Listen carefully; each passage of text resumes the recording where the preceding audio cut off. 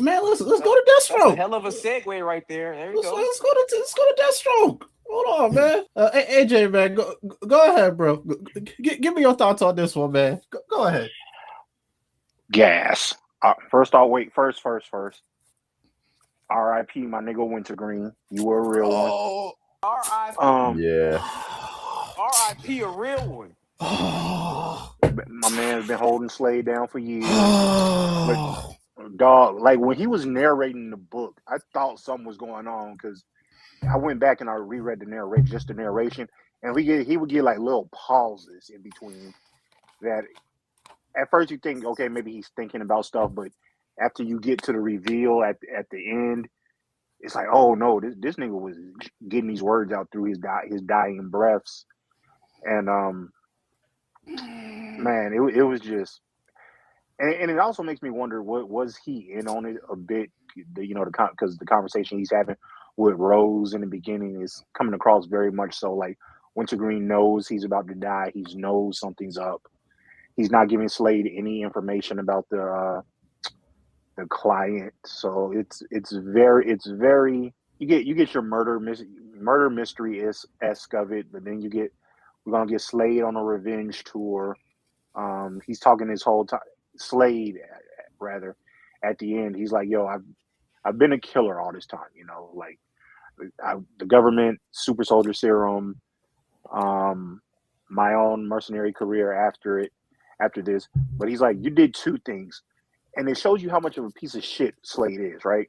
mm-hmm. Because when he looks and he sees his bank account has been cleaned out, right? At first, the first thing he mentions is not his boy who's been with him for years, been holding him down forever. He's like, "Yo, you took my money," and then he's like, "Oh yeah, you took my best friend too." Like, Did dog, he use him like, like a meat? He Never mind. did. yes, He did. yes, bro. He did. Yes, he did. It was funny Like, as fuck reading it though, cause I dog, mean, that book was gas, bro. from Like I start said, to finish. I've had a busy week. That's all I could read this week. I'm glad I picked that one to dive into. Like if this is what the next phase of All In is going to be, like pun intended, I'm all in. But like for the last little bits of Slade that we've had, pretty much after Deathstroke Inc. have kind of been hit or miss. Shadow War was cool to the end. I didn't really like the new son that they brought in. Hey, you talk nice about Respawn. Right. Eh, um, Dark Crisis was.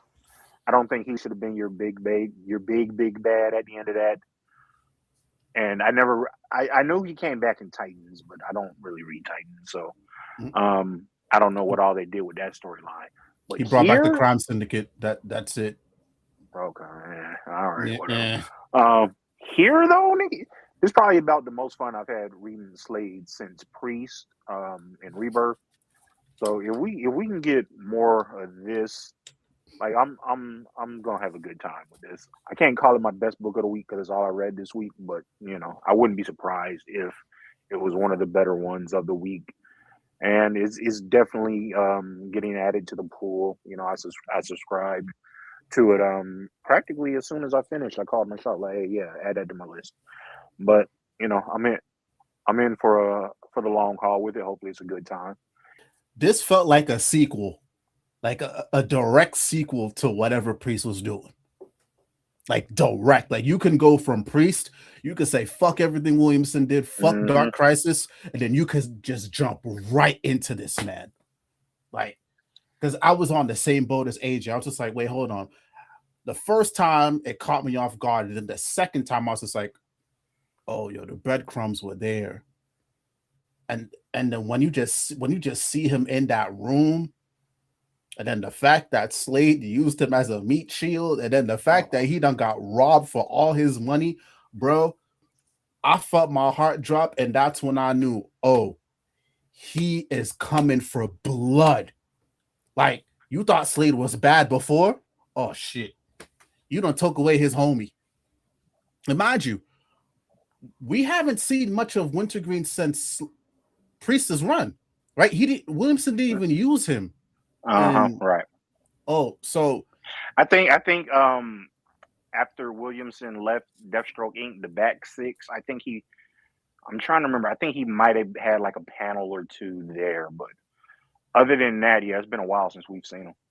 Yeah, so the fact that this is the first time we see Slade back in a series, and then you don't take away his homie, like, bro, this opens the door for so much just crazy, insane shit to happen. But yo, please, Steph, go, bro. What are your thoughts on this one, bro? Like, this shit was crazy good. I'm not even. I'm not even gonna like waste words on it. It was really good. Yeah. I think the thing that I like about it most is just this whole like internal, conflict of ideas between like Slade being in the game for so long that he has like a lot of self-awareness about the fact that like it's very dangerous and he's going to get himself killed. He's going to get a lot of people like really hurt, and he's hurt a lot of people, right? But he's also so old that he just thinks he knows he should change, but he just feels like it's too late. So he's just got to keep going.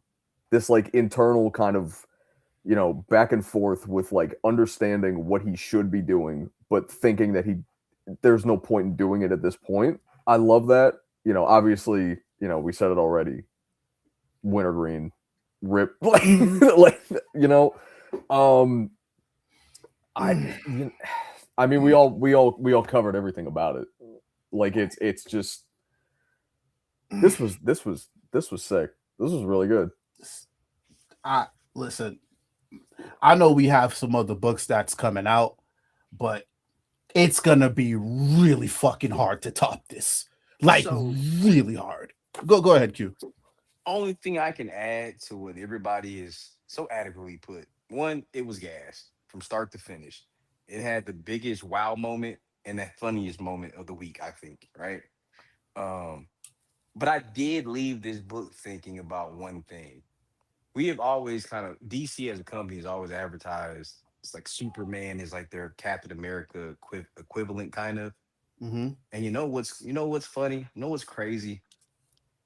Their Captain America is Slade Wilson. I got some flack on Twitter or a little pushback. Now, when Keep I say going. that, Keep when I going. say that, listen to his inner monologue. Like you guys said, it's the inner conflict that I hurt people. I've been hurt, and it's the meta context to that, not just the I kill people context. Like I hurt people emotionally. My wife, I lost my ex-wife. My son died. My other son died. My daughter is just estranged from me. Right. I just saw my best friend die. Right. Those kind of things. He knows right from wrong. Like Slade could easily be one of DC's greatest heroes. Right. But he lets the flesh. He lets the cardinal stuff get ahead of him. Like he doesn't have the one thing DC heroes all have, no matter how grim, is the optimism, right? The hope. That's what he's void of. I think that's what Rose represents, right? His hope, right? That's why I think he's so desperate for that relationship. But I think this book is supposed to be important. They said it's supposed to build up the assassin side of DC again. So this is going to be like a rundown of all the greatest assassins in DC. This might be we like AJ said, we might be all in for a fun ride. Oh man. But nah. Also, you're also seeing in the first two books that we discussed why they were greenlit. Just want to throw that out there too. Yo. You're seeing what happens when you have a legit pitch, a legit story. And I'm not saying other characters don't, other writers have not presented good stories. But I don't think we left both of those books, and both of those books are drastically different. Same type of character, kind of, but like they're different, Yeah. right? But both of those books, we all can say, "I'll be back for issue 2, for sure." That's true. That's Right? true. I'll be back. Maybe I'm probably giving you all at least 5 issues, right? Like Deathstroke, I'm here to the ends, right? Yeah. Lobo, you get 2 because, like I said, Lobo's an acquired taste, and I can spend $5 elsewhere for something I might like more, right? Personally, but no, that's really it. Yeah, no. Like, yeah, this one right here, if I don't see this become an ongoing, I'm gonna be upset. because I feel like that first issue just blew the door open. And I think we're getting some Wildstorm characters in here too. That's what I heard. Oh yeah. Oh, that's a movie premise. That issue is the opening to a movie. Agreed. Like if you just gave me Slade and don't tell me what the fuck it is and open up with that, I'm like, oh shit, it's a Deathstroke movie. And it'd be great. But this is a really these two books were very, very strong. All in or next level, or whatever the shit's called, is DC Next Level. It's on the goddamn screen, Q. Is starting off very, very strong. And there's supposed to be another slate of books to come. So we'll see. Also, too, I just peeped this. Yeah, man, they letting Fleece go crazy here, man. Like you could say bitch now. What the fuck? Like we a Black Label? The fuck? Like body doubles, bitch. I was like, oh. And I was thinking about something when DC really hurts themselves. This is sidebar. I'm gonna make it real quick. Mm-hmm. Like we have this idea that Black Label books should all be like Elseworld or like mini series that don't count.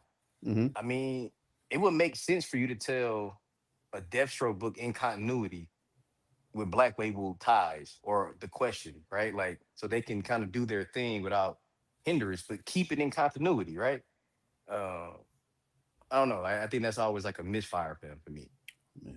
We did have that with the Red Hood book, but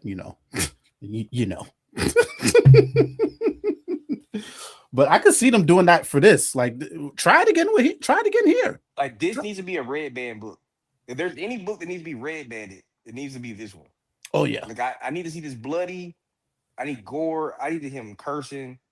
I needed him to be a full-fledged douchebag this entire series. They let priests push it to the limit, if I'm not mistaken, right? Right. I didn't really read Deathstroke Inc., so I can't really speak to it. Yeah, but the priestess run, they let them. Yeah, that was pretty.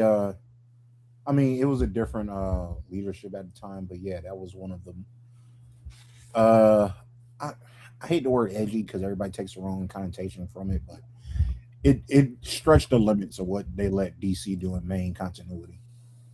Okay, yeah, I figured because I remember reading sometimes like, oh, this is a bit much, but again, it's Slade. But yeah, they're gonna have to let Fleece go ahead and just do his thing, man. Like, and what I like about it is just like this is what I need with a Deathstroke book. Like, yes, because it's Deathstroke, there's a certain limit you can push, but you got to do it in a genuine way, right? Don't just do this shit just for the sake of doing it. You can tell niggas who's just doing it for the sake of doing it just for clicks or just for wow factor, and people who are pushing the limit because it actually adds to the story. Overall, I think we're all in agreement. Like, again, we still have another wave of books that needs to come out, but I'm sorry, man. This took it. This took it. Like, this was it. Like, and I'm happy here because just like Titans, this gave me what I want. I said, yo, don't bring this nigga back if you're just gonna give me some bullshit. Don't bring him back. Like, keep him dead. Like, even the Titans, they were doing some bullshit over there with him. He brought back the crime syndicate. Nobody gave a fuck. I said, listen, if you're gonna bring back Slade in his own book, this needs to be balls to the walls. The premise gotta be good. And salute to Fleece, man. Let's fucking move on. Salute to Fleece.